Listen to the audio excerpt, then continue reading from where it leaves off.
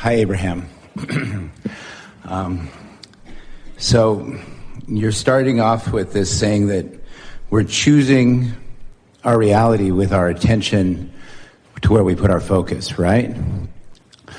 So all this stuff was working really good, and then it all kind of went to hell, and it just stopped working for me completely. And I started questioning everything that I was learning, and I was ready to just throw it all away and just really frustrated with it all. Sometimes that helps, because when you throw it away, you realize how good it was.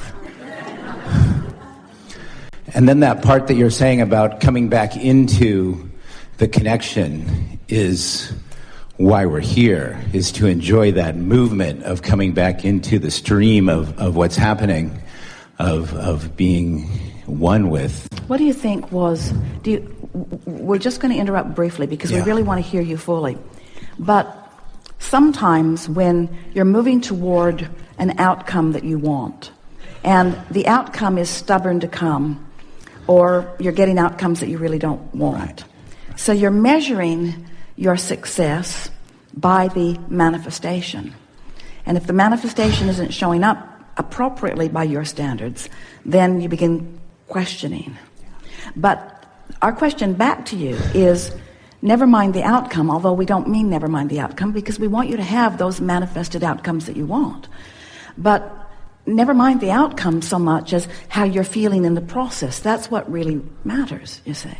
Yeah, but I'm always keeping score in the process. I'm like watching a football game, and I'm going, well, this gets me closer to my goal. Uh-oh, they lost yardage. We're going to lose it over here. But the score that we want you to keep is the score of how good I felt today, how much fun I had today, how many wonderful conversations I had today, how often today I saw the universe yielding to me in some significant way that wasn't even on my goal list or my things to do today list.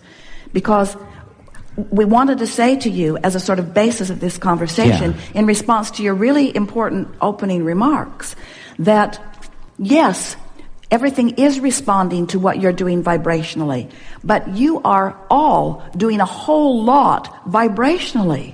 These are interesting times for humans, because you have so much feedback from so many places. The energy is really moving fast. So when you get a little out of balance, you get a big result from being a little out of balance. Esther bought a fast little car, a really fast little car. It's ridiculously fast. There's no speed limit in the world that allows it. She's going to have to go to some other planet to really drive it the way she wants to. And her daughter said, Mom, what were you thinking? Because it barely has enough storage in it for a toothbrush. It's not a touring car, it's a driving car. And Esther said, well, don't you remember all those times that Abraham told the story of Esther saying to Jerry, you should buy that for me. It will make me happy for the afternoon. What did you think I was talking about? A station wagon? So this is a very fast car. The odometer says 220 miles per hour. It goes 0 to 60 in 4 seconds. Theoretically. Mm-hmm. You're right. Right. So, when you are moving fast, you want to be focused. In other words, coming across the desert, the inspection station, the men there who were always very uppity, the dogs sniffing all around, they were out of their minds. They said, how fast will this go? And Esther said, 60. Maybe 65. The odometer says 220, but you don't know. I would have no way of knowing that. And they said, do it, do it, do it, do it, do it. You want to go fast. You really do. You want to go fast, but you want to go fast in control. You want to be in sync with the leverage of this energy. So you've opened yourself to this very high-powered, very fast, very high leverage, very high frequency energy. And when you do, then it's prudent to stay in alignment with it, or you have a sort of rough ride sometimes. But as you step back, you just have to continually ask yourself the question, would I rather go slow? Would you? Do you think Esther can ever drive a normal car again? We don't. Right. We don't see why she would want to ever drive a normal car again. And you're not ever going to want to be a normal person again either. Right. You can't go back. Yeah. We should put it on the thing you sign as sort of, I hereby understand that once I learn about these laws of the universe and meditate myself into higher frequency, that I will never again be happy in the lower, slower vibrations. It's just the way it is. You can't go back. So I get speeding up and I start bumping into these guardrails of then just old sit down. thoughts. Then just sit down. When you bump into something, just sit down and regroup. And that really is the message that we're offering these days. Because when you're bumping into things and then responding to the things that you're bumping into, it's better to just get as general as you can in your statements, which means really go back to an emotional statement of what you're looking for. Because as we hear you here and as we feel you here, the emotion that we can feel you reaching for, it's interesting, and this is going to surprise you maybe a little bit, because we've been talking about fun, Esther found some, and ease, fun and ease and balance, fun and ease and balance. But the word that we would put there softly for you is ease and balance and belief. Now, belief may not sound like an emotional word, like anger or joy. But belief is a sort of consensus of emotions. Belief meaning alignment, meaning harmony, meaning resonance with who I really am. It's the feeling of trust. It's the feeling of security. It's the feeling of knowing who I am. It's the feeling of understanding that I am connected to source energy and that source is aware of me, and that I just have to put myself in the place where I can receive the benefit of all of that. Now we'll hear you. We have a good basis here. Got it.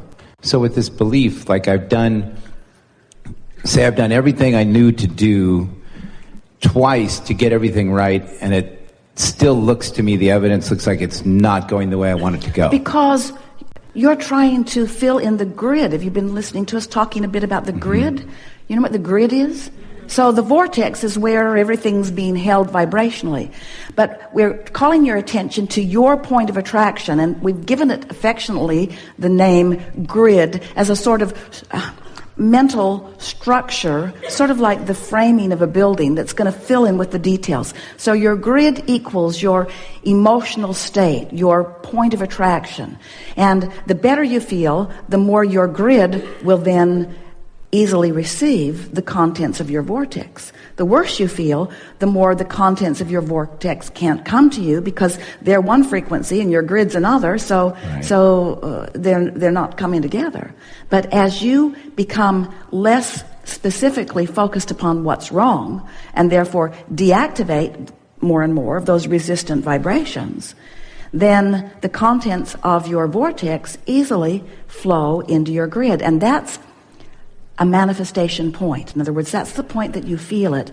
That's the point that rendezvous start happening. That's the point that you start feeling more success. And eventually, as you maintain a more consistent grid that's more consistent with your vortex, then manifestations begin to occur that are the ones you want. Signs first, feelings, impulses, and then evidence. Yeah, the evidence would be nice. But what about the attachment? I get this attachment to the outcomes. But you see, there's a lot of evidence. When we offered that word, we felt the perfection of it, because there's a lot of evidence that you can't yet park in your garage. In other words, there's emotional evidence. There's alignment evidence. There's lightheartedness evidence. There's feeling good evidence. There's feeling relief evidence. In other words, there's a lot of evidence before there's this knock on wood evidence. And in the absence of the knock on wood evidence, you got to find some other evidence that is satisfying to you enough to keep you in the game. Abraham, I've just been in the belief that I've been able to hang on to is trying to enjoy my contrast and just being in a place of knowing that because I'm experiencing what I don't want, I should be able to see what I do want from this place right here. Well, it's a good thing because in fairness, when you really, really want something that really, really isn't there, it's about all you've got. I might as well make the best of this. Esther came to that when Jerry made his transition. Might as well accept this because do I really have a choice? Do I really have a choice other than to accept what is? And you see, this is the gift that Esther wishes that she could give to all of you in that powerful way, because she was up against a wall where she had no choice but to accept, and therefore, instead of looking for Jerry where he isn't, begin to look for him where he is and find all kinds of evidence of him. But when you're looking for a manifestation and feeling the absence of it, we understand why you just want to throw a fit about it. I've been waiting for this for too damn long. I want this to come. I want it to come, and I want it to come now. And we say, that's not going to get you anywhere.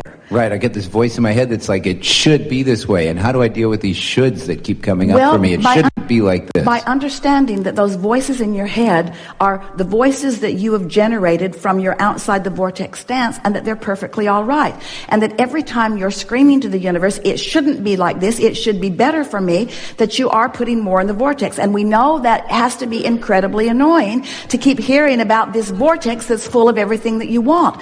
But we promise you, what you want will flow to you, but you've got to find a mental state, a vibrational state. You've got to find a chilled state. You've just got to find a way to just sit down and regroup and find something that is general enough that the black cloud lifts off of you. And in the moment, this is the reason that it is so easy for us to teach you this, is that in the moment that you do that, and it's not that hard to do, we know that it takes some doing when you're far from it, but it's not that hard to do if you could find that relief evidence, not the big full-blown knock-on-wood evidence that you're looking for, but evidence of your relief will come right away. And then things start showing up that make you know you're doing all right.